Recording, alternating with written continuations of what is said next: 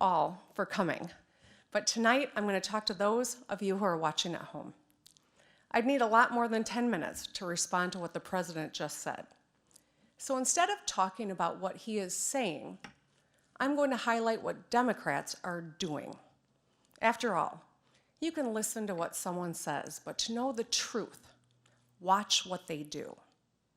Michiganders are no different from Americans everywhere. We love our families and want a good life today and a better life tomorrow for our kids.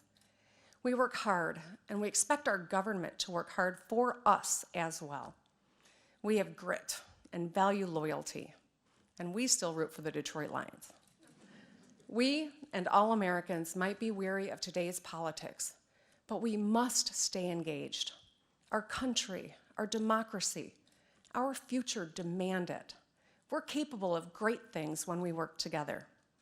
We cannot forget that despite the dishonesty and division of the last few years, and that we heard tonight from the President of the United States, together we have boundless potential. And young Americans are proving that every day by taking action. That's what I want to focus on tonight. Monty Scott is 13 years old and lives in Muskegon Heights, Michigan. Monty Street was covered in potholes. They were ankle deep, and he got tired of waiting for them to get fixed. So he grabbed a shovel and a bucket of dirt and filled them in himself. During my campaign, people told me to fix the damn roads because blown tires and broken windshields are downright dangerous. And car repairs take money from rent, childcare, or groceries. And we, the Democrats, are doing something about it. In Illinois, Governor J.B. Pritzker passed a multi-billion-dollar plan to rebuild their roads and bridges.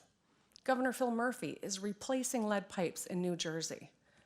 All across the country, Democratic leaders are rebuilding bridges, fixing roads, expanding broadband, and cleaning up drinking water. Everyone in this country benefits when we invest in infrastructure. Congressional Democrats have presented proposals to keep us moving forward, but President Trump and the Republicans in the Senate are blocking the path. When it comes to infrastructure, Monty has tried to do more with a shovel and a pile of dirt than the Republicans in DC have with the Oval Office and the US Senate. Bullying people on Twitter doesn't fix bridges. It burns them. Our energy should be used to solve problems. And it's true for healthcare too. For me, for so many Americans, healthcare is personal, not political. When I was 30, I became a member of the sandwich generation. That means I was sandwiched between two generations of my own family for whom I was the primary caregiver. I was holding down a new job, caring for my newborn daughter, as well as my mom at the end of her brain cancer battle. I was up all night with a baby, and during the day, I had to fight my mom's insurance company when they wrongly denied her coverage for chemotherapy. It was hard. It exposed the harsh realities of our workplaces, our healthcare system, and our childcare system. And it changed me. I lost patience for people who are just talk and no action. So as a state senator, I worked with a Republican governor and legislature to expand healthcare coverage to more than 680,000 Michiganders under the Affordable Care Act. Today, Democrats from Maine to Montana are expanding coverage and lowering costs. In Kansas, Governor Laura Kelly is working across the aisle to bring Medicaid coverage to tens of thousands. In New Mexico, Governor Michelle Lujan Grisham enshrined ACA protections into law. Every Democrat running for president has a plan to expand health care for all Americans. Every one of them has supported the Affordable Care Act with coverage for people with pre-existing conditions. They may have different plans, but the goal is the same. President Trump sadly has a different plan. He's asking the courts to rip those life-saving protections away. It's pretty simple.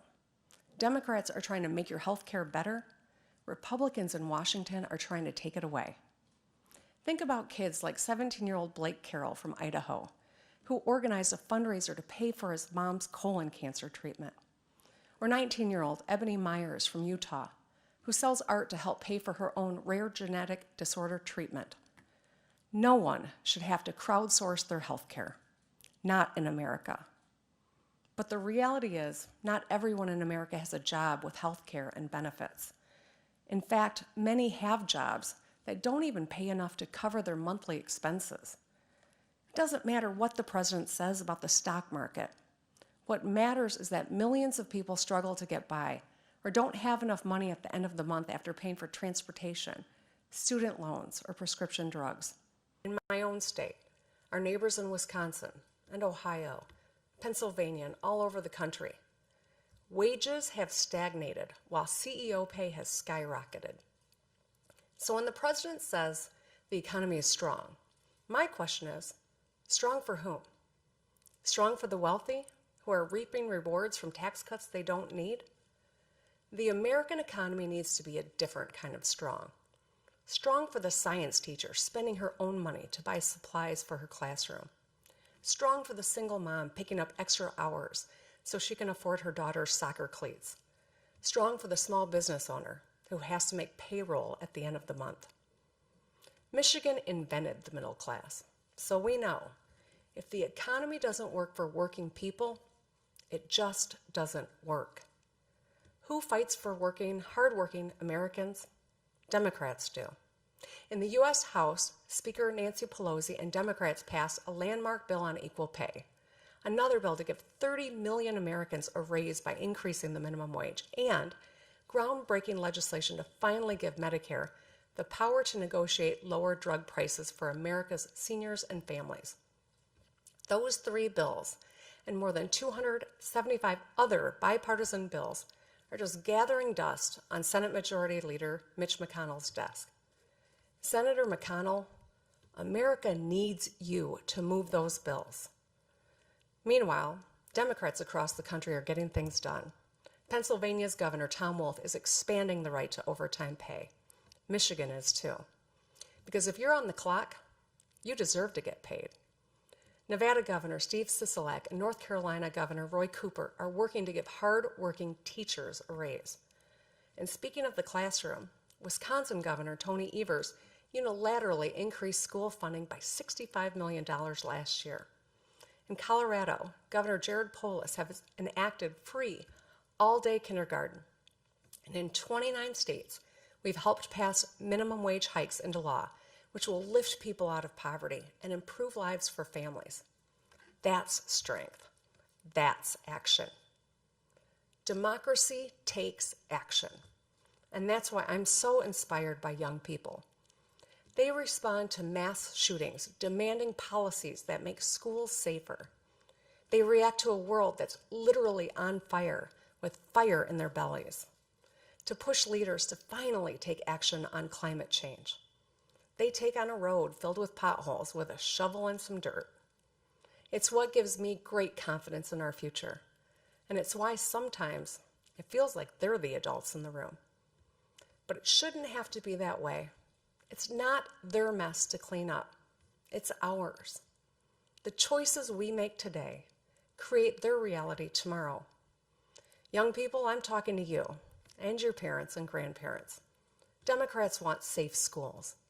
We want everyone to have a path to a good life, whether it's through a union apprenticeship, a community college, a four-year university, without drowning in debt.